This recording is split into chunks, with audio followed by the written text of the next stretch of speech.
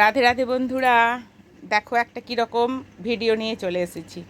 এই যে বিয়ের পিঁড়ি আঁকা হচ্ছে, তো কে আঁকছে দেখো, এই যে আমাদের ছোট মেয়ে।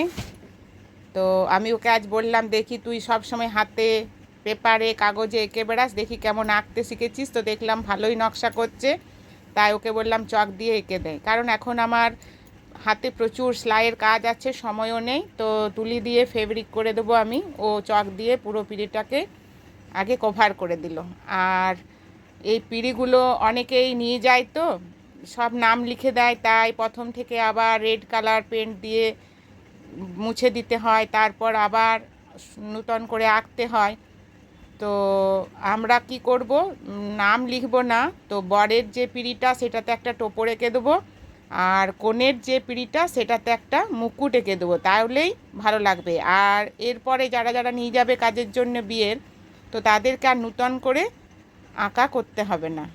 তো আর নাম লিখলে নামটাকে মুছতে হয়, বারবার পেন্টস করলে মোটা হয়ে যায় রঙটা করে করে। তো এই দেখো তুলি দিয়ে আমি একটু একটু করে কাজটা কমপ্লিট করে দিয়েছি। তো তোমাদের কাছে এই কাজটি কেমন লাগছে, ভালো লাগলে লাইক কমেন্ট শেয়ার করবে।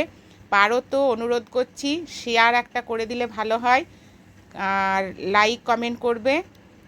তো যদি কারোর দরকার থাকে পিঁড়িতে নকশা করার, তো আমাদেরকে বলতে পারো, আমরা করে দেবো।